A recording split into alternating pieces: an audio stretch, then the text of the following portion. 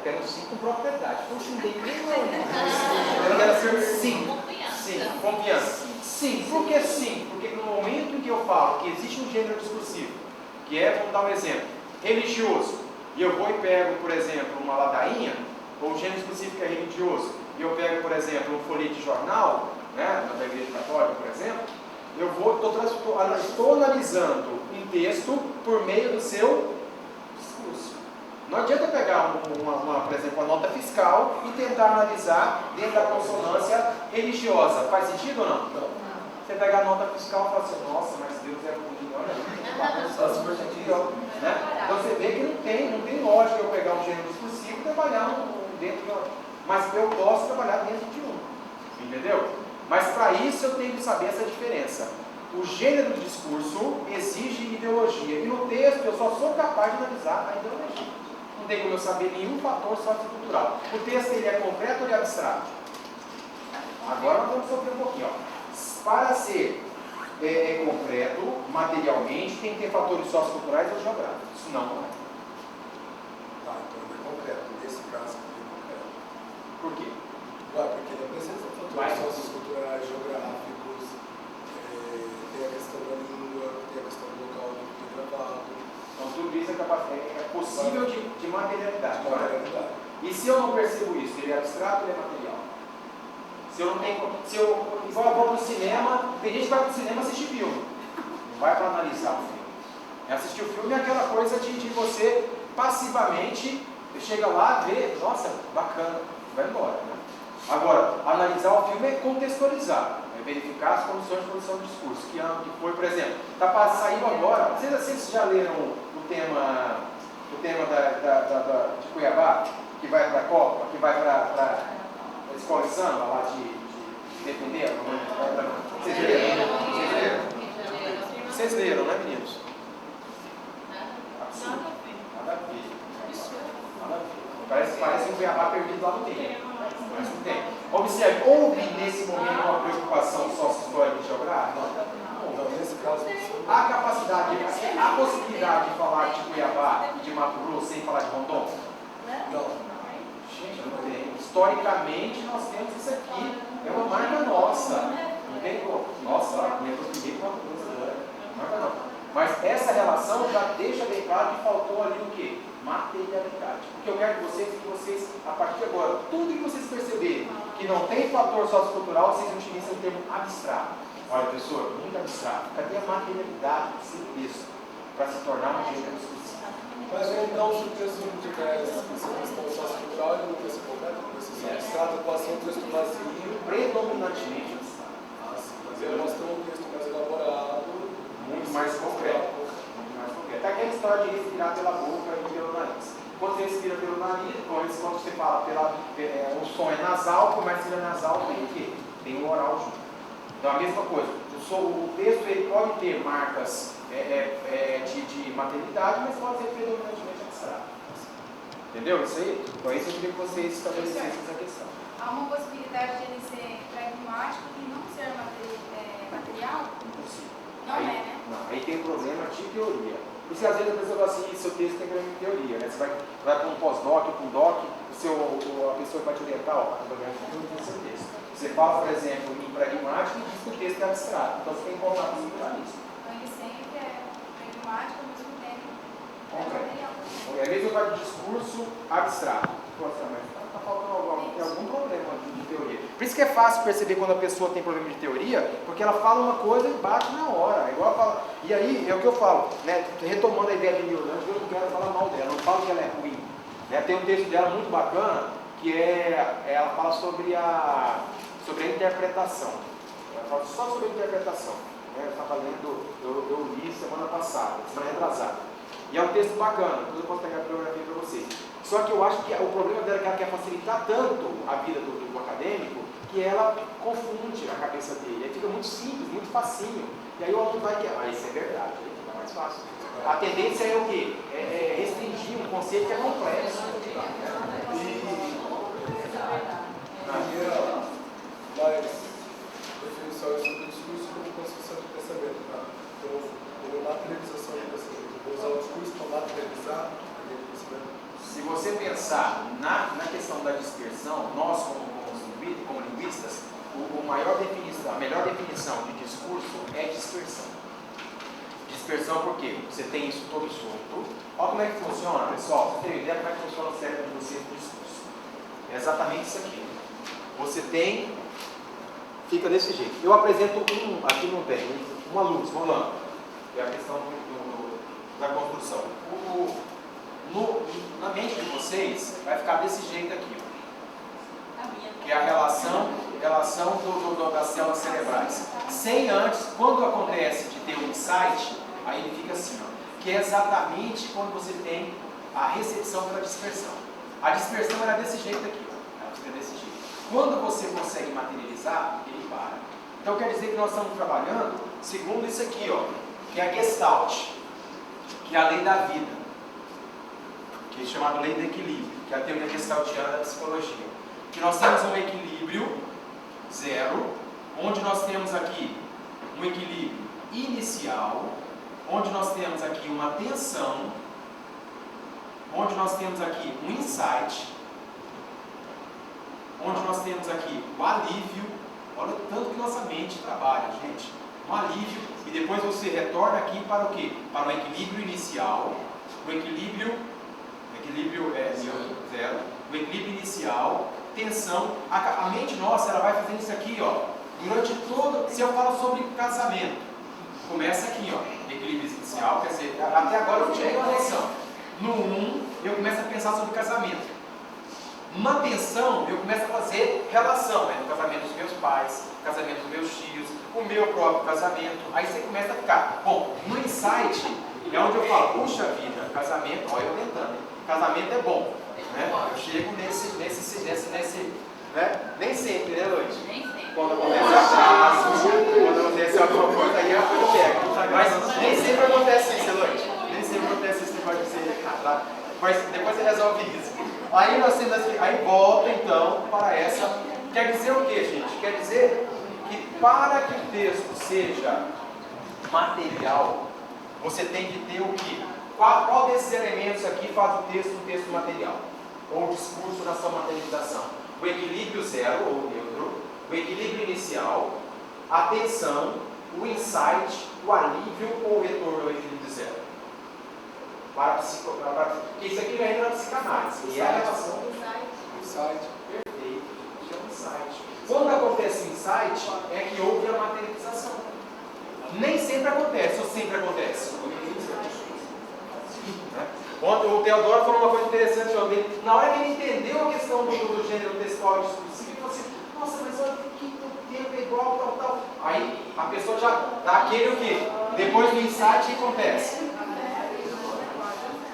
Ele desabafou, né? Na hora. Pode ligar. Quer dizer, esse é o insight. Mas se não tem, aí volta. E se não tem, pessoal? E se você não consegue o insight, o que acontece? Você volta para o zero. Nossa, eu tô no zero. E aí vai, ó.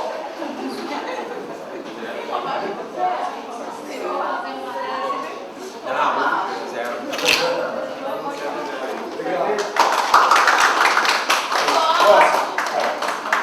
Ela tem vários insights, ela tem casamento.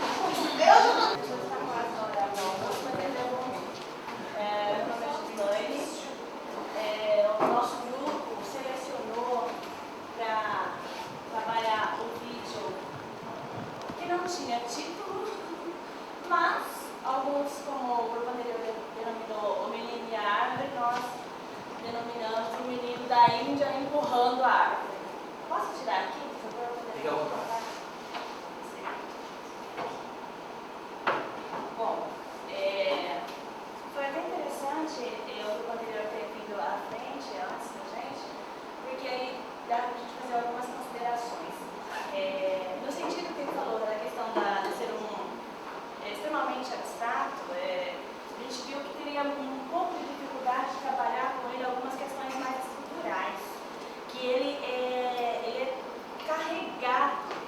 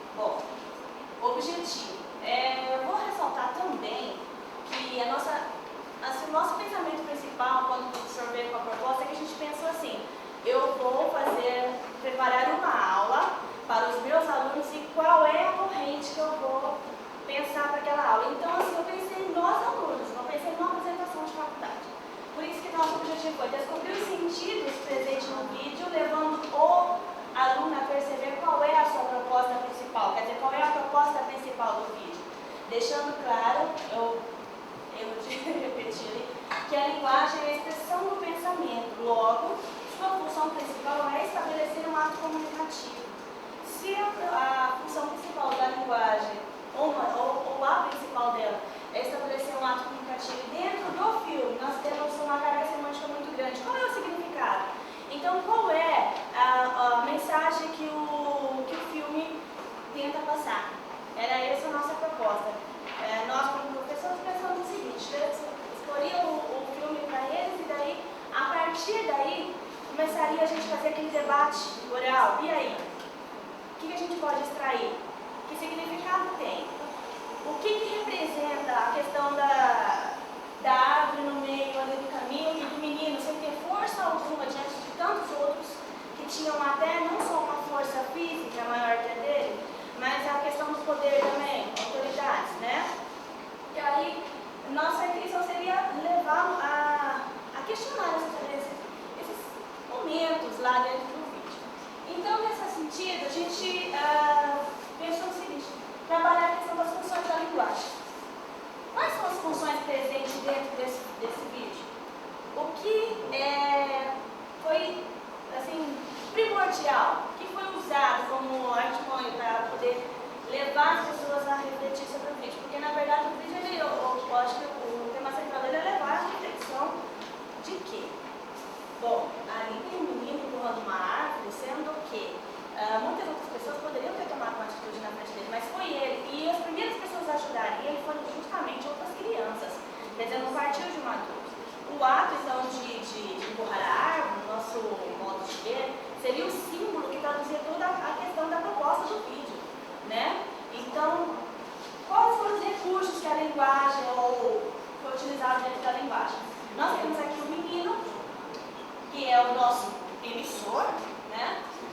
Qual é a função principal, então, a função da linguagem principal que nós temos aqui? A função emotiva.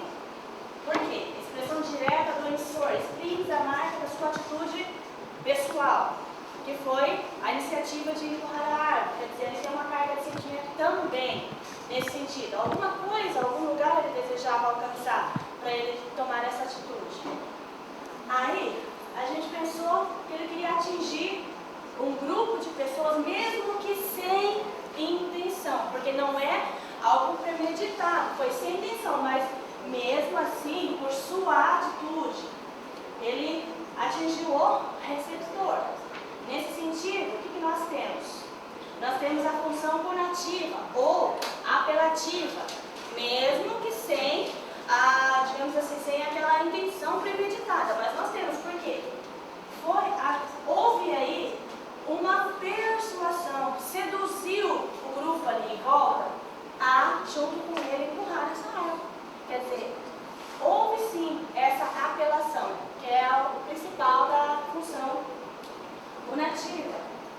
Eu até coloquei aqui: se impõe sobre o receptor persuadindo-o, né? O que mais que a gente tem, então, de funções dentro desse texto? Nós não deixamos de fora também a função poética. Por que a função poética? Porque exatamente a função poética, ela é uma função que envolve, e dentro da comunicação, são os fatores que envolvem essa comunicação, como jogos de imagens, ideias, provoca prazer estético, provoca surpresa, entre outros elementos.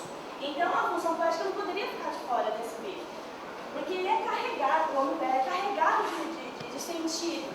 E a função poética nos traduz isso também, né? O que mais que eu tenho que funciona um pouquinho mais dentro desse vídeo?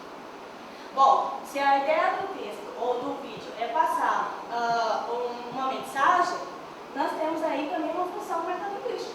Por que não? Né? Se ele quer transmitir uma ideia, falar da própria linguagem, ele tem lá a mensagem a ser extraída, a ideia de solidariedade, iniciativa. Então ele também está falando da sua própria linguagem. E no final de tudo, nós temos aqui o nosso canal, a função fática, que é o próprio vídeo. O veículo seria o próprio vídeo. Então, nesse sentido, o que a gente pensou? Que essa corrente linguística da década de 40, ela permite também que a gente possa usar os recursos da linguagem algum objetivo, porque ela constitui, né, todo o, digamos assim, um aparato do vídeo. Então nós percebemos que nesse vídeo seria muito mais difícil trabalhar as questões descritivas, as questões estruturalistas. Por quê? Porque ele envolve muito mais sentidos do que, digamos assim, uma própria estrutura em si. Porque a função dele, na verdade, é levar a reflexão. Digamos assim, esses tipos de vídeo que levam as pessoas a pararem um pouco e pensar.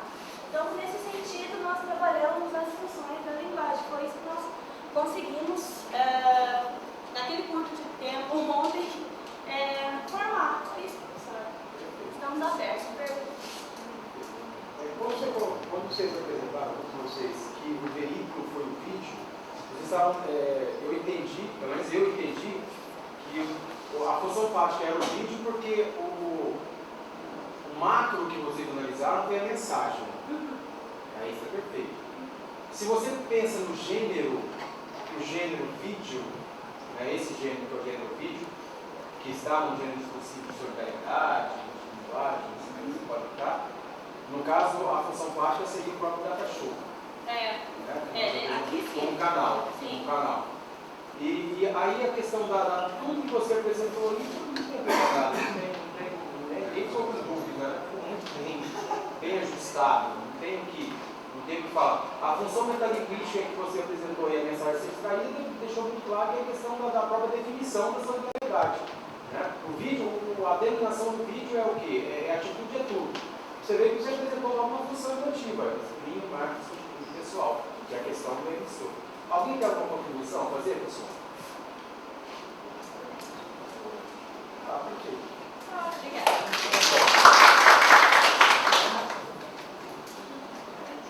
Eu e a Alessandra. Nós escolhemos o primeiro vídeo e nessa corrente nós escolhemos o ato da fala. No caso, o autor é Alcir Sirle, né? E o ano é 70.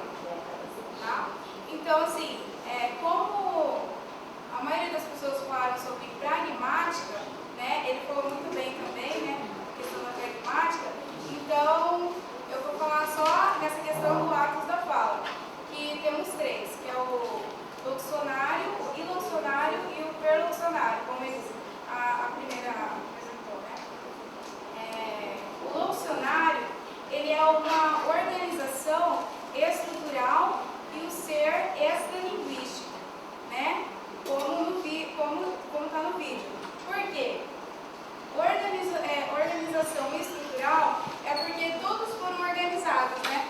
Por exemplo, o menino empurrou e depois as outras pessoas vieram, teve espaçamento para todas as pessoas empurrarem um tronco, né?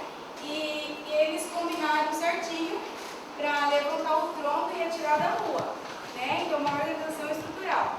E extralinguagem é porque não tem nada a ver com a gramática.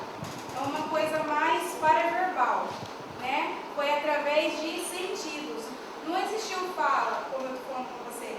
No caso, foi através de sentido. Ele foi, então é um sentido que ele foi, uma iniciativa, e as outras pessoas vieram também para poder ajudá-lo, entendeu? Através de sentidos. Então é paraverbal, no caso. E ilocucionário é uma expressão de força, uma expressão de força que pode ser negativa, pode ser de dúvida ou pode ser de afirmação. No caso, ilocucionário teve um primeiro momento dúvida, né, entre as pessoas, porque quando ele, o menino pequeno, empurrando o tronco, as pessoas ficaram com dúvida, né, de ajudá-lo. Mas aí depois ele empurrou, aí veio as outras crianças, depois os adultos, né? Então foi uma dúvida e depois a afirmação de todos resolverem empurrar, porque eles perceberam que para retirar o tronco precisava de todos unidos, entendeu? E o outro é o perlocucionário. O perlocucionário, ele é uma afetividade de convencimento, né? Porque no caso, o menino, ele tão pequeno conseguiu convencer as outras pessoas, né? E depois desse convencimento, o silêncio, e depois do silêncio, a resposta. Porque através deste silêncio que teve todos eles não falaram.